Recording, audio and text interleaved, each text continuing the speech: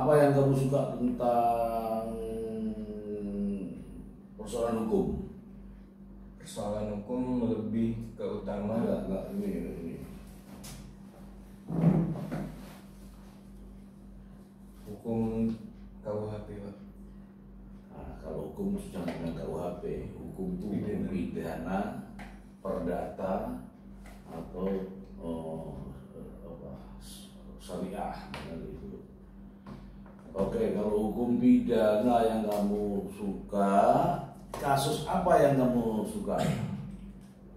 Kemarin saya mengambil contoh kasus pembunuhan bos galon yang terjadi di Semarang. Oke. Apa istimewanya kasus pembunuhan itu? Jadi istimewanya yang saya ambil kemarin itu berupa anak buahnya memutilasi bosnya sendiri. Iya, pembunuhan. Pembunuhan berarti yang istimewa itu kamu pertama anak buah membunuh bos. Itu istimewa menurut kamu? Sampai ada mutilasi, Pak. Nah, berarti kasus pembunuhan itu menarik perhatian kamu karena karyawannya membunuh bosnya. Kemudian modusnya dimutilasi. Ya, oke.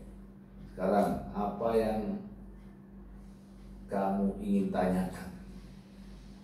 Yang saya ingin tanyakan, kan kemarin terdapat tukang angkringan yang sekarang menjadi saksi. Apakah kemudian nanti bisanya saksi tersebut menjadi tersangka, Pak? Saksi menjadi tersangka. Bisa saja saksi menjadi tersangka kalau secara objektif dia melakukan pembunuhan. Tetapi kalau dia tidak melakukan pembunuhan, dia tidak bisa jadi tersangka. Saksi ya saksi. Namun peran dari situ, apakah saksi terlibat atau tidak? Bagaimana orientasimu bisa mengatakan bahwa saksi bisa menjadi tersangka? Apa perannya saksi menurut kamu? Menurut saya peran saksi kemarin setelah pelaku melakukan pembunuhan, setelah itu pelaku berpergian bersama saksi. Setelah itu pelaku merebut atau mengambil uang bosnya sebesar 7 juta dan pelaku dan saksi melaksanakan senang-senang. Mungkin menurut saya saksi bisa dijadikan tersangka turut dalam hal itu mungkin. Tidak bisa. Oke ya, saya kasih tahu ya. Untuk kasus pembunuhan, apabila menetapkan orang lain sebagai tersangka, orang lain itu harus pertama terlibat dalam pembunuhan itu, kemudian melakukan bantuan sebelum atau setelah kejadian pembunuhan. Jadi sebelum atau setelah kejadian pembunuhan. Kalau dia menikmati hasil dari curian pelaku ini, tidak masuk kategori terlibat atau turut serta dalam kasus pembunuhan. Yang kita bicarakan pembunuhan ya. Nah, jadi tidak masuk. Ada lagi? Karena keterlibatan pembunuhan itu harus secara fakta dia melakukan perbantuan, baik secara fisik maupun secara sarana prasarana.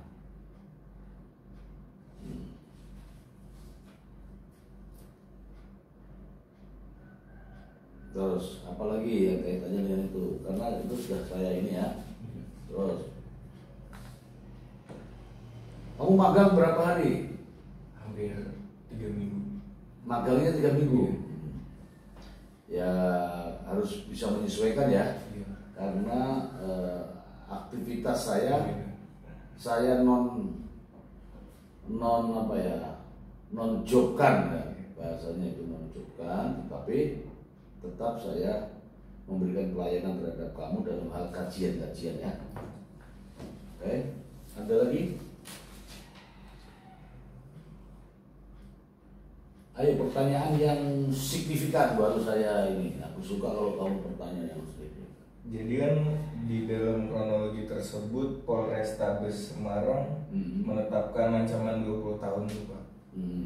Jadi apakah bisa terjadinya pengurangan atau penambahan untuk penahanan tersangka?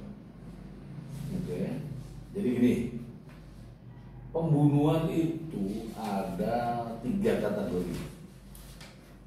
Yang pertama adalah pembunuhan yang dilakukan secara ya langsung tanpa perencanaan, jadi namanya pembunuhan.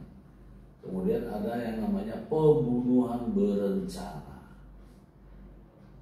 Kemudian ada juga yang ketiga adalah penganiayaan yang menyebabkan orang lain meninggal dunia. Jadi pembunuhan itu sendiri kita lihat. Kalau kasus yang kamu sebutkan tadi harus dilihat unsur-unsurnya.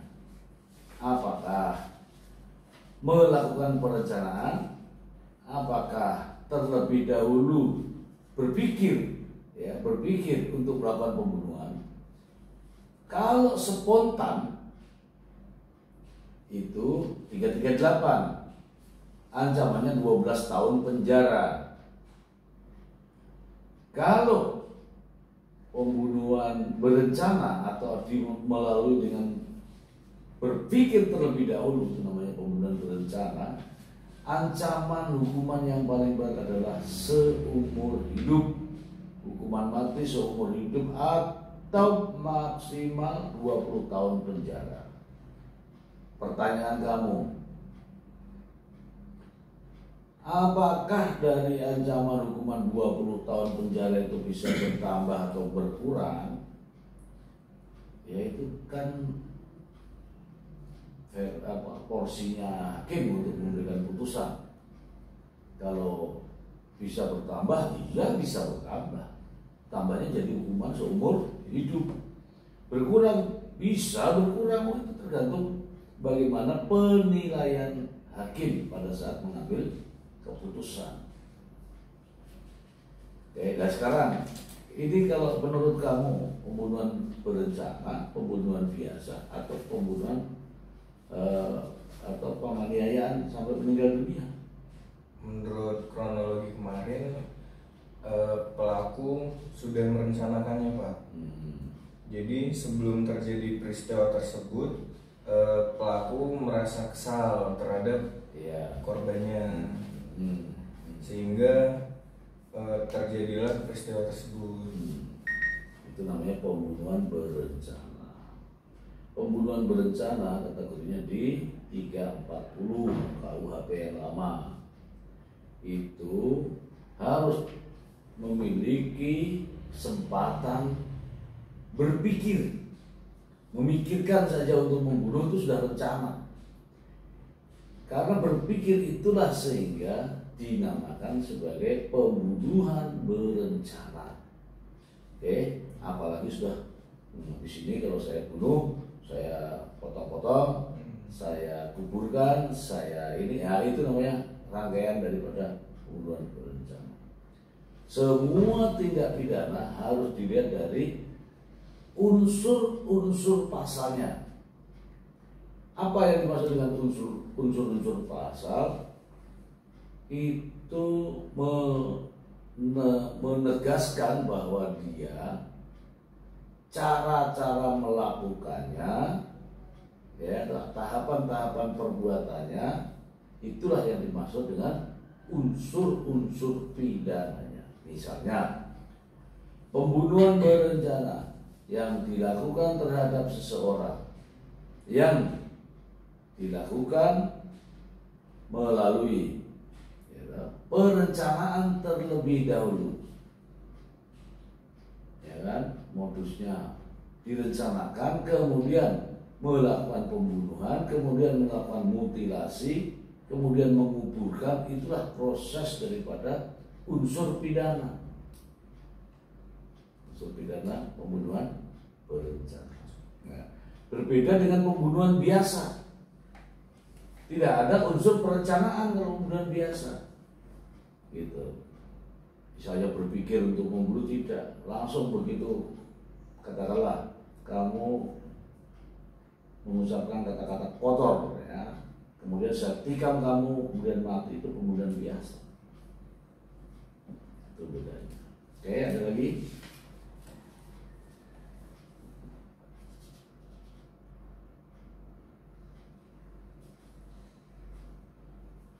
Jadi setelah ditetapkan sebagai tersangka, apakah saksi ini akan menjalankan proses persidangan juga, Pak? Oh iya, kalau saksi tentunya dalam proses persidangan itu saksi-saksi dibutuhkan. Itu untuk pembuktian. Namanya sidang pada proses pembuktian. Kalau sudah bisa dibuktikan dakwaan-dakwaan daripada jaksa, kemudian dikuatkan dengan keterangan saksi, maka vonis hakim juga akan pertimbangkan dari itu.